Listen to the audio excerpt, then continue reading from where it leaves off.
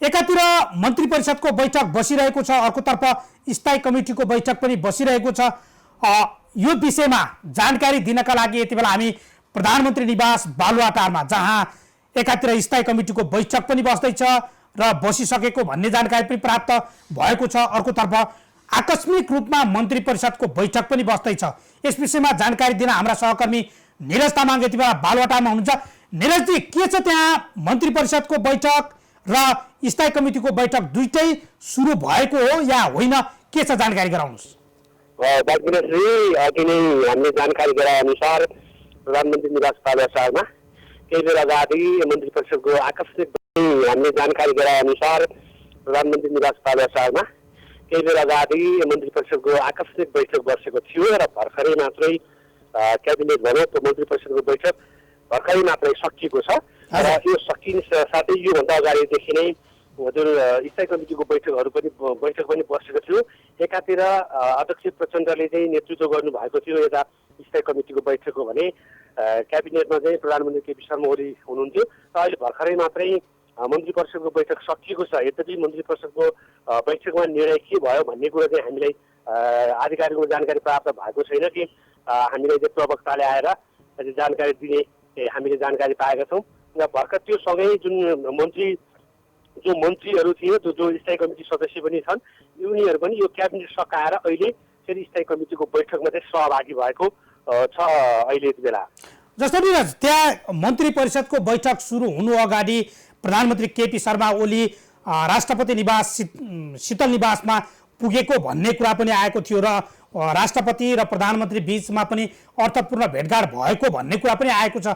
प्रधानमन्त्री केपी शर्मा ओली कति समय राष्ट्रपति निवासमा छलफलमा रहनुभयो र त्यहाँबाट फर्किनुभयो, कति बजे तपाईँ त बालुवाटारमा निरन्तर रूपमा यो रिपोर्टिङ गरिरहँदा बालुवाटारबाट कति बेला निस्किनु भएको थियो र राष्ट्रपतिसँग कति मिनेट अथवा कति समय जति छलफल गर्नुभएको थियो, के छलफल गर्नुभयो भन्ने कुरा बाहिर आएको छ या छैन, यो पनि जानकारी गराउनुहोस्।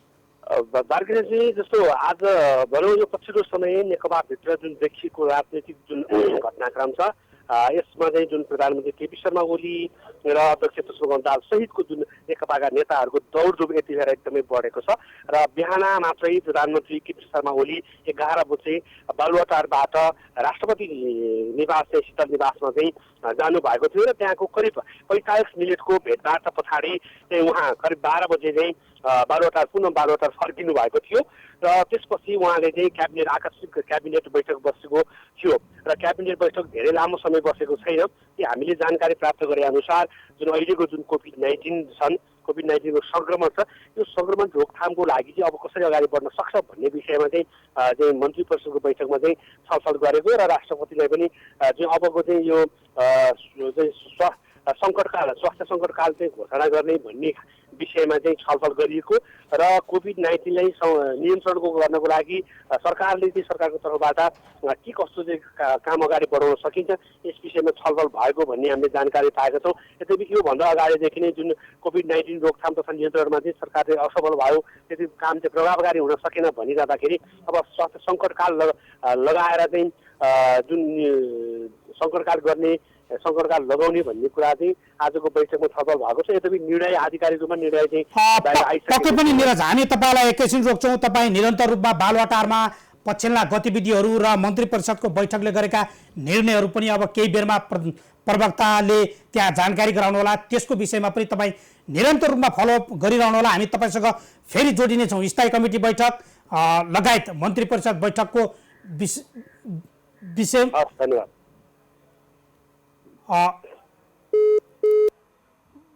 भन्ने कुरा प्राप्त भएको छ। यद्यपि हामीले भर्खर मात्र जानकारी गरे अनुसार मन्त्री परिषदको बैठकले जुन सङ्घीय संसदको चालु अधिवेशनको अन्त्य गरेको भन्ने कुरा हामीले जानकारी प्राप्त गरेछौँ र 17 गतेका लागि बैठक हिजो बसेको थियो र हिजो शोक प्रस्ताव पारित गर्दै बैठक सकिएको थियो। तर आज मात्रै जो संसदको अधिवेशन अन्त्य गरिएको भनेर हामीले जानकारी प्राप्त गरिएको थियो। यद्यपि हामीले निकै नेकपाभित्र नै विवाद रहेको र लामो प्रतीक्षाको विषयमा रहेको एमसीसी संसदबाट पारित गर्नुपर्छ भन्ने प्रसङ्ग उठिसकेको थियो र संसदबाटै यही अधिवेशनमै संसद बैठकबाट एमसीसी पारित गर्नुपर्छ भन्ने कुरा प्रधानमन्त्री केपी शर्मा ओली लगायत उनीपक्षीय नेताहरूले पनि बारम्बार बताइरहँदा संसद अधिवेशन अन्त्य भएको हामीले जो निर्णय गरेको छ सरकारले यो जानकारी प्राप्त गर्यौं। अब यसपछि हामी जान्छौँ वरिष्ठ अधिवक्ता दिनेश त्रिपाठी हाम्रो यति बेला सम्पर्कमा जोडिनु भएको छ। दिनेशजी स्वागत छ यहाँलाई। धन्यवाद। जस्तो यो राजनीतिक रूपमा यति बेला हामीले भर्खर मात्रै जानकारी गरायौं जो अधिवेशन अन्त्य गरिएको छ संघीय संसदको, यो अधिवेशन अन्त्यसँगै एउटा राजनीतिक वृत्तमा पनि जो सङ्कटकालको घोषणा पनि गरिन्छ कि भन्ने कुरा पनि एउटा आकलन गरिएको छ। यो विषयवस्तुलाई यहाँले कसरी हेरिराख्नु भएको छ? अब एउटा कुरा के हो भने अहिले नेपालको राजनीति अत्यन्त दुर्भाग्यजनक एउटा अवस्थामा प्रवेश गर्दैछ र यसको लागि सबैभन्दा ठुलो जिम्मेवार प्रधानमन्त्री केपी ओलीजीको उनको जुन हठवादिता छ र उनको जुन सत्ता मोह र लिप्सा छ र पार्टीमा उनको एउटा चिज छ भने मुलुकभित्र पनि एउटा अधिनायकवाद लागू गर्ने र पार्टीभित्र पनि उनको एउटा अधिनायकवाद लागू गर्ने त्यो एउटा प्रवृत्ति भयो, जसले गर्दाखेरि उहाँले पार्टीका सिनियर लिडरहरूलाई कसैलाई पनि पार्टीभित्र कुनै स्पेस दिनुभएको छैन र सारा चाहिँ के हो भने एउटा पार्टीभित्र कम्प्लिट एउटा कन्ट्रोल उहाँको छ र उहाँले सरकारको पद पनि छोड्न तयार हुनुहुन्न, पार्टीको पद पनि छोड्न तयार हुनुहुन्न र सबै उहाँले नै एउटा कब्जा गरेर बस्ने एउटा जस्तो मैले यहाँसँग जान्न खोजेको कुरा राजनीतिक विषयमा अलिकति हामी पछि जोडिनेछौँ। सुरुमा यो संघीय संसदको अधिवेशन अन्त्य गरिएको छ, दलहरूसँग छलफल गर्नुपर्ने थियो। हजुर हजुर, अहिले जुन तपाईँले यो खबर भन्नुभयो, अब यो यदि सत्य हो भने यो गम्भीर रूपमा दुर्भाग्यजनक छ, किनभने अब अहिले संसदको धेरै बिजनेसहरू बाँकी नै छ, कतिवटा विधेयक छ, अब एनसीसीकै कुराहरू छ, अरू पनि तमाम अर्जेन्ट इस्युजहरू छन्, अब नागरिकता विधेयककै कुराहरू पनि थियो, तमाम किसिम यस्ता कानुनहरू अर्जेन्ट इस्युजहरू थिए र यसरी एउटा हठात, किनभने वास्तवमा के भने यो जुन वर्षीय अधिवेशन हो त्यसको धेरै ठुलो महत्त्व हुन्छ र यसले धेरै पेन्डिङ वर्कहरू छ र पार्लियामेन्ट र एउटा राजनीतिक प्रक्रियालाई नै एउटा अवरोध गर्ने जस्तो यो उभो र यसले एउटा गम्भीर दुष्परिणाम ल्याउँछ। त्यस कारण अब यो वर्षीय अधिवेशनको यदि अन्त्य भएको कुरा यदि सत्य हो भने यो गम्भीर रूपमा आपत्तिजनक छ। राजनीतिक दलहरूमा प्रमुख प्रतिपक्ष दल लगायत अन्य दलहरूसँग पनि सहकार्य गरेर सभामुख लगायत विभिन्न परामर्शको आधारमा यो अधिवेशन अन्त्य गर्नुपर्ने होइन र? होइन, त्यसरी यो त यसरी अन्त्य गर्न मिल्दैन। यो भनेको त एउटा गम्भीर एउटा त मुलुक एउटा दुर्भाग्यजनक अवस्थामा प्रवेश गर्दैछ, यो संविधानलाई नै असफल बनाउन खोज्दैछ। एउटा कुनै व्यक्तिको एउटा सत्ता मोहको लागि यो सम्पूर्ण संविधान, सम्पूर्ण लोकतन्त्र, सम्पूर्ण राजनीतिक प्रक्रिया यसलाई जुन डिरेल गर्ने कोसिस भएको छ। अहिले मार्केटमा धेरै किसिमको हल्लाहरू छन्। प्रधानमन्त्रीले अब मध्यावधि चुनावको घोषणा गर्ने अरे, मध्यावधिको निर्वाचनको घोषणा अहिलेको यो संविधानले प्रधानमन्त्रीलाई त्यो इजाजत दिँदैन, त्यसले त्यहाँ त्यो सम्भव छैन। कन्स्टिट्युसनली स्पिकिङ प्रधानमन्त्रीले यो हाउस डिजल्भ गर्न सक्दैन, किनभने जबसम्म संसदले एउटा वैकल्पिक सरकार उत्पादन गर्न सक्छ तबसम्म यो संसद चाहिँ विघटन हुन सक्दैन। यदि भएन भने अब त्यसका विभिन्न प्रक्रियाहरू छन्, गठबन्धनको सरकार बनाउनु पर्ने हुन्छ, त्यो पनि भएन भने अनि लार्जेस्ट पार्टीको गभर्मेन्ट बन्छ। यदि लार्जेस्ट पार्टीले पनि विदिन 30 डेज हाउसमा मेजोरिटी लिन सकेन भने, प्राप्त गर्न सकेन भने बल्ल चाहिँ के हो भने मुलुक चाहिँ नयाँ निर्वाचन प्रक्रियामा जान्छ। तर वास्तवमा के छ भने अब यस किसिमको यो असंवैधानिक क्रियाकलाप हुन सक्ने र संविधानलाई मिचेर, किनभने अब राष्ट्रपति उहाँको चाहिँ के छ भने आफ्नो समर्थक छन्, उहाँले भनेको ठ्याक्कै हुने, अस्ति पनि अध्यादेश सोच विचारै नगरिकन राष्ट्रपति महोदयले 5 मिनटमै क्लियर गरिदिनु हो। मैले यहाँलाई रोके जो एउटा असंवैधानिक रूपमा यो गरिएको छ भन्ने यहाँले जानकारी गराउनु भयो। हामीले यहाँलाई बिदाई गर्न चाह्यौँ। यति बेला हामीसँग हुनुहुन्थ्यो वरिष्ठ अधिवक्ता दिनेश त्रिपाठी। खास गरी भर्खर मात्रै मन्त्री परिषदको बैठकले संघीय संसदको वर्षीय अधिवेशन अन्त्य गरेको घोषणा गरेको छ। यति बेला हामीसँग जोडिनु भएको छ नेकपाका केन्द्रीय सदस्य ठाकुर गैरे। ठाकुर सर, यहाँलाई स्वागत छ। हजुर, धन्यवाद। जस्तो यो नेकपाभित्र यति बेला निकै चर्काचर्की परेको छ, सत्तारूढ दलभित्रै यो राजीनामा माग्नेदेखि लिएर विभिन्न घटनाक्रमहरू अगाडि बढिरहेको छ। यो अवस्था जुन मानिसहरू कोरोनाबाट जो लडिरहेका छन्, कोरोनाबाट प्रभावित भएका छन्, अर्कोतर्फ सलहले पनि त्यत्तिकै रूपमा किसानहरूलाई समस्या पारेको छ। यो किन यस्तो भइरहेको होला तपाईँलाई के लाग्छ? नेकपाको आन्तरिक जीवनमा अथवा नेकपाको केन्द्रीय कमिटीभित्र, स्थायी समितिभित्र वा सचिवालयभित्र अहिले जे समस्या उत्पन्न भएको छ आन्तरिक जीवनमा, त्यो चाहिँ आज एकाएक पैदा भएको कुरा छैन। यो चाहिँ यो लामो समयदेखि छलफल बहसमा चल्दै आएका विषयहरू अहिले बैठकका एजेन्डाका विषय बनेका छन् र त्यो छलफलको प्रक्रियामा छ। स्थायी समिति आफैले 7 वटा विषयहरूलाई एजेन्डा बनाएको छ र त्यो एजेन्डामा छलफल चलिरहेको छ र त्यसभित्र पार्टीको आन्तरिक जीवन पनि त्यो जोडिएर आएको छ।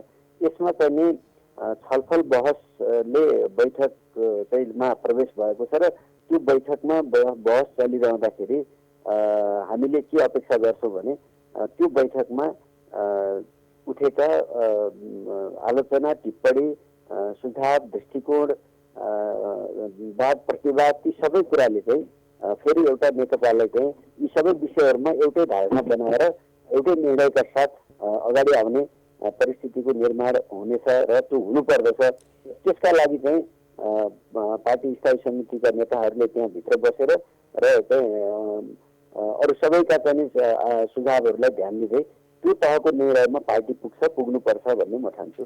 जस्तो तपाईँले यो यसो भनिरहँदा यति बेला बिहान मात्रै जो प्रचण्ड निवासमा छलफल भएको थियो, त्यहाँ पनि खास गरी केपी ओली, प्रधानमन्त्री केपी शर्मा ओलीका पक्षधर नेताहरू त्यहाँ गएर एउटा छलफल गरेको, सहमति गर्नका लागि पहल गरिएको, तर पनि कुनै सहमति नभएको भन्ने कुरा पनि एकातिर छ भने अर्कोतिर बालुवाटारमा स्थायी कमिटी बैठकमा एजेन्डाहरू अन्य विषयमा एजेन्डा छलफल हुँदै एकाएक प्रधानमन्त्रीको राजीनामा मागियो। यो किन गरियो? तपाईँहरूको पनि केही कुराहरू त्यहाँ भएको होला। किन आखिर प्रधानमन्त्रीको राजीनामासम्मको कुरा उठ्यो यति बेला? होइन, त्यसमा त के छ भने यो विषय चाहिँ यस्ता विषयहरू उठ्ने ठाउँ भनेकै बैठक हो। बैठकमा आफूलाई लागेका कुरा, अहिलेको सन्दर्भमा चाहिँ कसरी अगाडि बढ्न पर्छ भन्ने विषयहरू चाहिँ बैठक नै भन्ने हो, बाहिर चाहिँ कुरा भन्ने होइन। बैठकमा चाहिँ उठेका विषयहरूबाट बैठकमा चाहिँ छलफल सुरु भएका विषयहरूबाट बाहिर हामी चाहिँ प्रभावित भइहाल्नुपर्ने अथवा त्यसबाट चाहिँ धेरै विचलित हुनुपर्ने कुरा हुँदैन। किनभने कम्युनिस्ट पार्टीमा बैठकको ज्यादै ठुलो महत्त्व छ। बैठकमा हुने छलफल बहसको ज्यादै महत्त्वपूर्ण छ। हामीले चाहिँ समाजमा पनि विमतिहरू छन्, सहमतिहरू छन्, आफ्ना आफ्ना व्यक्तिगत दृष्टिकोणहरू छन्। त्यसकारणले ती सबै फरक फरक दृष्टिकोणहरूलाई छलफल गरेर एउटा दृष्टिकोण बनाउनको लागि त्यो सहमतिका साथ वा विधि सम्मत बनाउनु पर्ने भएकोले नै त्यो चाहिँ विधि विधान पद्धतिको निर्माण भएको हो। कमिटीहरू बनेका हुन्, चाहिँ कमिटीको अधीनस्थ सबै रहने, चाहिँ पार्टी चाहिँ को अधीनस्थ सबै। यो समयमा सरकार परिवर्तन गर्नुपर्ने मुख्य एजेन्डा हो र होइन? त्यसमा त चाहिँ पार्टीभित्र त विषयहरू बन्न सक्छन् नि। पार्टीमा चाहिँ जस्तो स्थायी समितिको बैठक यो अहिले आएर आजको आज चाहिँ उठेको कुरा होइन। 20 जना स्थायी समितिका सदस्यहरूले चाहिँ बैठकको माग गर्नुभयो, लामो समयसम्म बैठक भएन, त्यसभित्रमा अनेक चाहिँ समस्याहरू भए। तर फेरि पनि स्थायी समितिको बैठकभित्र के विषय चाहिँ नि निर्णयार्थ प्रस्तुत हुन्छ, के विषय एजेन्डा बन्यो, त्यो स्थायी समितिमा त स्वयं चाहिँ नेताहरूसहित बसेको बैठकले नै त्यहाँ त्यो एजेन्डाहरू बनाएको छ। र त्यसमा चाहिँ ती एजेन्डाहरूमा फेरि पनि एउटा सहमति निर्माण गर्नको लागि नै भइरहेका पहल कर्मी हुन् भन्ने रूपमा म बुझ्छु। अहिले खुमलटारमा भयो, यी सबै बहसहरूले स्थायी समितिमा ठिक निर्णय गर्नलाई एउटा चाहिँ बल प्रदान गरून्, त्यसका लागि चाहिँ वातावरण बनोस् र स्थायी समितिले सर्वसम्मतिबाट वा विधि प्रक्रियाबाट सही निर्णय गरोस् भन्ने हाम्रो अपेक्षा हुन्छ। हस्, धन्यवाद। उहाँ हुनुहुन्थ्यो नेकपाका केन्द्रीय सदस्य ठाकुर गैरे। खास गरी नेकपा भित्रको विवाद र त्योसँग सम्बन्धित यति बेला के प्रधानमन्त्री केपी शर्मा ओलीको राजीनामा माग्नु नै उपयुक्त हो त? आखिर किन यस्तो आएको छ भन्ने विषयमा हामीले जानकारी लियौँ। यति बेला हामीसँग जोडिनु भएको छ वरिष्ठ अधिवक्ता रमन श्रेष्ठ। रमन सर, यहाँलाई स्वागत छ। धन्यवाद। भर्खर मात्रै हामीले जो मन्त्री परिषदको बैठकले वर्षीय अधिवेशन अन्त्य गरेको घोषणा गर्यो, राजनीतिक दलमा एउटा परामर्श र परामर्श बिना नै हतारमा दौडधुप गरेर राष्ट्रपति निवास प्रधानमन्त्री पुगेर आकस्मिक मन्त्री परिषदको बैठक बोलाएर यो वर्षीय अधिवेशनको अन्त्य गरिएको छ। यस्तो किन गरिएको होला? अब यस्तो छ हेर्नुहोस्, अब हामी कानुन संविधानको विद्यार्थी हेर्नुहोस् कि अब त्यो संसद किन बोलाइन्छ भने संसदमा कानुन बनाउने कुरो हुन्छ केही होइन। हजुर, त्यो कानुन बनाउने, त्यसपछि सरकारलाई गाइड गर्ने धेरै विषयहरू हुन्छ। त्यसको लागि चाहिँ अधिवेशन बोलाइएको। अधिवेशन बोलाएको धेरै पनि भएको छैन वास्तवमा। अब यो अधिवेशन अन्त्य गर्ने भनेको कुरो के भन्दाखेरि अब केही कुरो भइरहेछ भन्ने कुरो देखिन्छ हेर्नुहोस् होइन। सरकारले केही कुरो सोच्या होला, अब उसको केही योजना होला, अब त्यो अनुसार चाहिँ संसदलाई अन्त्य गरे हुनुपर्छ भन्ने देखिन्छ। जस्तो कानुनी ढङ्ग रूपमा कसरी हेरिन्छ यो? कानुनी रूपमा, संवैधानिक रूपमा अलिकति दलहरूका बीचमा परामर्श गरेर कि सरकार होइन एकल ढङ्गको रूपमा कुनै पनि दलको परामर्श अथवा सभामुखैसँग परामर्श नगरी नै सिधै राष्ट्रपतिसँग परामर्श गरेर यो अन्त्य गरियो भन्ने सरकारले यति किन हुन त संसदमा? अब सरकार त हेर्नु, सरकार कसरी चलिरहेको छ धेरै अब छलफल गर्नुपर्ने छैन। हेर्नु, सरकार त अब न पार्टीको आफ्नो निर्णय अनुसार चलिरहेको छ, न अरू दलहरूसँग चाहिँ कोअर्डिनेसन गरिरहेको छ होइन। सरकार अब यो कोभिड भएको बेला चाहिँ दल फुटाउने चाहिँ अध्यादेश ल्याउने कुरो गरिरहेको छ। त्यसैले चाहिँ वास्तवमा सरकार त्यो किसिमले नचल्या हुनाले नि प्रब्लम भयो। वास्तवमा 2/3 नजिक भएको सरकारलाई यस्तो प्रब्लम किन हो भने सरकारको आफ्नै कारणले, सरकारको नेतृत्वको आफ्नै कारणले प्रब्लम भयो। हेर्नु, सरकारले ठिक किसिमले काम नगरेकै कारणले चाहिँ प्रब्लम भयो। तपाईँ भन्नुहोस् न, कोभिडको यत्रो महामारी भएको बेलामा सरकारका मान्छेहरू चाहिँ अर्काको दल फुटाउने अध्यादेश ल्याएर चाहिँ गरिरहेको छ। अब कोभिडको लागि चाहिँ तयारी गर्नुपर्ने, सारा कुरो गर्नुपर्ने, लकडाउनको बेलामा चाहिँ अब टेस्ट गर्ने धेरै कुराहरू गर्नुपर्ने जरुरी थियो, त्यसलाई त्यो लागेर जरुरी। त्यसैले चाहिँ सरकारले त्यो किसिमले काम नगरेकै कारणले आज यो स्थिति आएको छ। वास्तवमा म समग्र रूपमा जस्तो संसदमा यति बेला जो प्रतिपक्षी दल नेपाली कांग्रेसले पनि सरकारमाथि विभिन्न प्रश्नहरू उब्जाइरहेको अवस्थामा संसद बाहिर पनि आफ्नै पार्टीभित्रबाट जुन आलोचना भइरहेको छ, राजीनामा मागिएको छ, यो झन संसदमा प्रतिपक्ष झन बलियो भएर प्रश्न उठाउने आफ्नै सरकारको नेतृत्वमा रहेका सांसदहरूले पनि थप सरकारमाथि प्रश्न उठाउने, यो प्रश्नको सामना नगरेर प्रधानमन्त्रीले संसद अधिवेशन अन्त्य गर्नु भएको हो भन्न सकिन्छ? होइन, त्यो त हेर्नुहोस्, प्रधानमन्त्रीले न पार्टीभित्र सामना गर्ने प्रयास गर्नुभएको छ, न संसदमा प्रयास गर्नुभएको छ। हेर्नुहोस्, त्यो देखिन्छ। हेर्नुहोस्, अहिले त भन्नुहोस् न, तपाईँको अब बेसिकल्ली हामी संसदीय व्यवस्थामा छौँ। संसदमा संसद प्रमुख हुन्छ, दल प्रमुख हुन्छ, दलीय सिस्टममा दल प्रमुख हुन्छ। अब दलको मिटिङ नै राख्न उहाँले चाहिराख्नु भएको थियो। यो त अब जबरजस्ती होइन, धेरै दबावको कारणले चाहिँ स्थायी समितिको मिटिङ राखेको छ। अब अघिल्लो पटक चाहिँ अध्यादेश ल्याउने बेलामा स्थायी समितिको मिटिङ चलिरहेको छ, राष्ट्रपतिले चाहिँ स्वीकृति गरिहाल्नुभयो। कति फास्ट चाहिँ त्यो दलसँग सम्बन्धित अध्यादेश चाहिँ स्वीकृति गर्नुभएको छ। अहिले अब त्यही हो। त्यसैको त्यो नियमित श्रृङ्खला हो। अब केही भित्रभित्र केही योजना बनिएको छ, त्यो योजना कार्यान्वयन गर्ने क्रममा अब संसदको अधिवेशन अन्त्य गरिरहेको छ। अहिले त्यो संसदको अधिवेशन अन्त्य गर्ने बेला भइसक्यो, संसदको काम थिएन। त्यसैले चाहिँ के हो भन्दाखेरि अहिले वास्तवमा चाहिँ प्राइम मिनिस्टर ज्यूको आफ्नै कारणले न उहाँ दलभित्र चाहिँ विश्वासमा लिएर काम गर्न सक्ने स्थितिमा हुनेछ, न अन्य दलहरूलाई उहाँले विश्वासमा लिएर काम गर्न सक्ने स्थिति छ, न अब तपाईँले चाहिँ विदेशसँगको सम्बन्धहरूको कुरोलाई हेर्दा पनि त्यस्तै किसिमको देखिन्छ। अब उहाँ प्रधानमन्त्री भएर बोल्ने कुरो पनि हेर्नुहोस्, के बोल्ने के नबोल्ने भन्ने कुरो पनि मतलब सुताउन नसक्ने स्थितिमा हुनुहुन्छ कि भने जस्तो। अब तपाईँ होइन एउटा छिमेकी देशले मलाई चाहिँ निकाल्न खोजिएको छ, मलाई चाहिँ परिवर्तन गरिएको छ भनेर पनि मतलब चाहिँ बोल्न थाल्नु भएको छ। अनि त्यस्तै गरेर संसदमै उहाँले चाहिँ अब छिमेकी देशको चाहिँ जुन मतलब एउटा उनीहरूको चाहिँ सत्यमेव जयते भनिएको छ, अब कस्तो एउटा खिचिटिउनी गरेर बोल्ने गर्नुभएको छ। त्यसले बडो एउटा इम्याच्योर भन्नुहोस् न, एकदमै अपरिपक्व र यो सरकारको प्रमुखले बोल्नै नहुने त्यस्ता विषयहरू उहाँले बोल्नु भएको छ, जसको कारणले गर्दा अनपपुलर हुनुभएको छ, विभाजित हुनुभएको छ, समस्या क्रिएट भएको छ। त्यसैले चाहिँ के हो भन्दाखेरि अहिले पनि उहाँले जे गरिराख्नु भएको छ त्यो ठिक गरिराख्नु भएको छ र त्यसले वास्तवमा चाहिँ उहाँलाई त क्राइसिस भयो मुलुकलाई नै क्राइसिस बनाउने स्थिति तयार गरिरहेको हुन्छ कि। हस् जानकारीका लागि धन्यवाद। हामी यहाँलाई बिदा दिन चाहन्छौँ। खास गरी हामीसँग हुनुहुन्थ्यो वरिष्ठ अधिवक्ता रमन श्रेष्ठ। पछिल्लो चरण भर्खर मात्रै मन्त्री परिषदको बैठकले वर्षीय अधिवेशनको अन्त्य गरेको छ। अझ भन्नुपर्दा संसदमा सत्तापक्ष र प्रतिपक्ष दुवै मिलेर कतै सरकारलाई थप जटिलता पैदा गर्छन् कि प्रश्न सरकारमाथि जुन उठिरहेका प्रश्नहरू छन् ती प्रश्नको सामना गर्न सरकार तयार नभएर अथवा मन्त्रीहरू तयार नभएर बारम्बार रूपमा सरकारलाई उठाइरहेका प्रश्नहरू पनि सरकारले दिन सकिरहेको थिएन। त्यो जवाब दिन नसकेर कतै अधिवेशन अन्त्य गरेको त होइन भन्ने प्रश्न उब्जिएको छ। यिनै विषयमा समग्र देशको पछिल्लो राजनीतिक अवस्थामा केन्द्रित रहेर हामीले विशेष कार्यक्रम चलायौँ। अहिलेलाई बिदा दिनुहोस्। नमस्कार।